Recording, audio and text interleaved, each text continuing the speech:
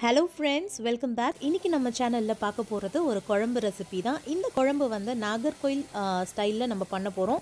அங்க பண்ற உள்ளி தீயல் தான் இந்த குழம்பு. உள்ளின்றது வெங்காயம் தான் அங்க அப்படி சொல்லுவாங்க. இப்போ இந்த குழம்பை எப்படி ரெடி பண்றதுன்னு பார்க்கலாம். வெறும் வெங்காயமும் கொஞ்சம் இன்கிரிடியன்ட்ஸ் வச்சு இந்த சூப்பரான குழம்பை ஈஸியா ரெடி பண்றது எப்படின்னு பார்க்கலாம்.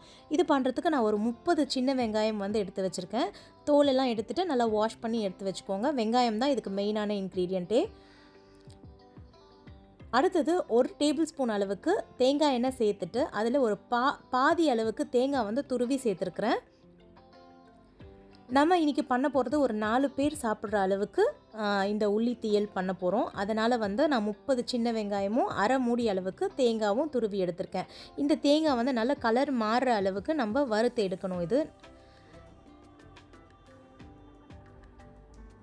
இந்த மாதிரி கை விடாமல் நல்லா மிக்ஸ் பண்ணிகிட்டே இருங்க. ஒரு பக்கம் மட்டும் தீய விடாமல் எல்லாமே கலர் வந்து ஒன்றா சேர்ந்த மாதிரி மாறணும். ஒரு அளவுக்கு தேங்காய் வதங்கும் போது ஒரு 3 பல்லு பூண்டு சேர்த்துக்கோங்க. நான் தோலோடவே சேர்த்துருக்கேன். அதையும் சேர்த்து நல்லா இந்த மாதிரி மிக்ஸ் பண்ணி கொடுங்க. லோ ஃப்ளேமில் வச்சே பண்ணிக்கோங்க. இப்போது தேங்காய் நல்ல ஒரு ப்ரௌன் கலருக்கு மாறியிருக்கு. நல்லானா கொஞ்சம் லைட் ப்ரௌன் கலரில் மாறியிருக்கு. இந்த ஸ்டேஜில் ஒரு அரை டீஸ்பூன் அளவுக்கு சீரகம் சேர்த்துக்கோங்க. சேர்த்துட்டு அதையும் இந்த சூடில் நல்லா வதக்கி எடுங்க, வறுத்தெடுங்க.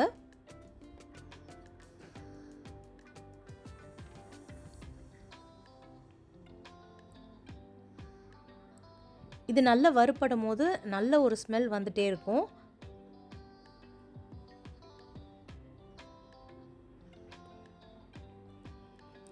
தேங்காய் நல்லா இந்த மாதிரி நல்லா கிறிஸ்பியாக மாற ஆரம்பிக்கும். இந்த ஸ்டேஜில் வந்து நம்ம மசாலா பொருட்கள் எல்லாம் சேர்க்க போகிறோம். இதில் நான் 1 டீஸ்பூன் அளவுக்கு மிளகாய் தூள் சேர்த்துக்கிறேன். அதுக்கப்புறமா 2 டீஸ்பூன் அளவுக்கு மல்லித்தூள் சேர்த்துக்கோங்க. இந்த மல்லித்தூளும் மிளகாய் தூளும் இதில் கொஞ்சம் வறுபடணும். இந்த மாதிரி மிக்ஸ் பண்ணி கொடுத்துக்கோங்க. அடுத்தது கொஞ்சமாக மஞ்சள் தூள் சேர்த்துக்கோங்க. ஒரு பிஞ்ச் அளவுக்கு சேர்த்தா கூட போதும் இதுக்கு. அதையும் சேர்த்து இந்த மாதிரி மிக்ஸ் பண்ணி விட்டுக்கோங்க. தேங்காய் பார்த்திங்களா எந்த அளவுக்கு கலர் மாறி ரொம்ப நல்லா வறுபட்டிருக்கு. நல்லா டார்க் கலர் ஆகிற வரைக்கும் இந்த மாதிரி வறுத்துட்டு இந்த அளவுக்கு வறுபடணும். வறுத்துட்டு நம்ம தனியாக எடுத்து வச்சுக்கலாம். கொஞ்சம் ஆறட்டும் இது.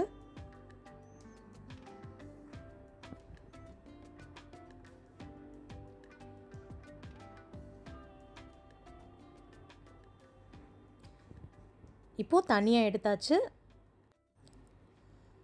இப்போது நம்ம அரைச்சி எடுத்துக்கலாம். ஒரு மிக்ஸி ஜாரில் சேர்த்துட்டு தேவையான அளவு தண்ணி சேர்த்துருக்கேன் நான். இதை நல்லா பேஸ்ட்டாக அரைச்சி எடுத்துக்கலாம். இந்த மாதிரி அரைச்சி எடுத்துக்கோங்க. தேவையான அளவு மட்டும் தண்ணி சேர்த்து நல்லா பேஸ்ட்டாக அரைங்க. பார்த்திங்கன்னா இந்த அளவுக்கு அரைச்சிருக்கு. இப்போது நம்ம குழம்பு பண்ணுறதுக்கு ஸ்டார்ட் பண்ணலாம்.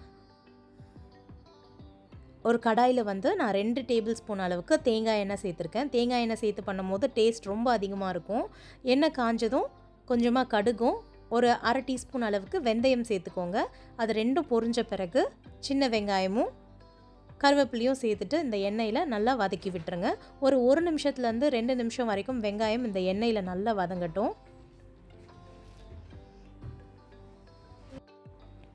இதுக்கு வந்து பார்த்திங்கன்னா ஒரு எலுமிச்சப்பழம் சைஸில் புளி எடுத்து நான் ஊற வச்சு வச்சுருந்தேன். அதையும் இப்போ கரைச்சி வச்சுருக்கேன். அந்த தண்ணியை இதில் சேர்த்துக்கலாம். ஒரு கப் அளவுக்கு புளி தண்ணி சேர்க்குற மாதிரி பார்த்துக்கோங்க. புளி தண்ணி சேர்த்துட்ட பிறகு இதை நல்லா கொதிக்க விட்டுருங்க. ஒரு 1லேருந்து 2 நிமிஷம் இது நல்லா கொதிக்கட்டும். இந்த புளி தண்ணியில் இது நல்லா கொதித்த பிறகு நம்ம அரைச்சி வச்சுருக்க அந்த தேங்காய் பேஸ்ட்டை வந்து இதில் சேர்த்துக்கலாம்.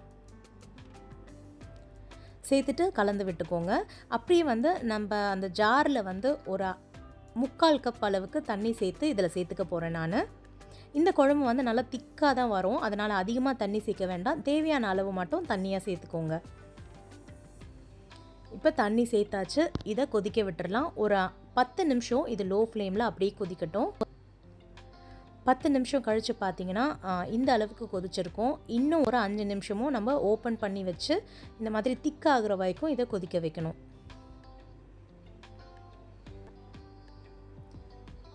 கடைசியாக கொஞ்சமாக கருவேப்பிலை சேர்த்துக்கிறேன் நான்.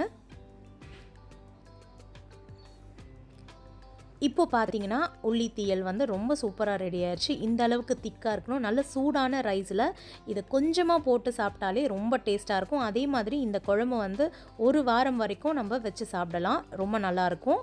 வீட்டில் கண்டிப்பாக ட்ரை பண்ணுங்கள். ட்ரை பண்ணும்போது எப்படி வந்துச்சுன்னு உங்கள் ஃபீட்பேக் கமெண்ட் செக்ஷனில் ஷேர் பண்ணிக்கோங்க. இந்த வீடியோ உங்களுக்கு பிடிச்சிருந்தா லைக் பண்ணுங்கள், உங்கள் ஃப்ரெண்ட்ஸோட ஷேர் பண்ணுங்கள். நம்மளோட சேனலை ஃபர்ஸ்ட் டைம் பார்க்குறீங்க அப்படின்னா மறக்காமல் சப்ஸ்கிரைப் பண்ணிவிட்டு பக்கத்தில் இருக்க பெல் ஐக்கனையும் கிளிக் பண்ணி வச்சுக்கோங்க.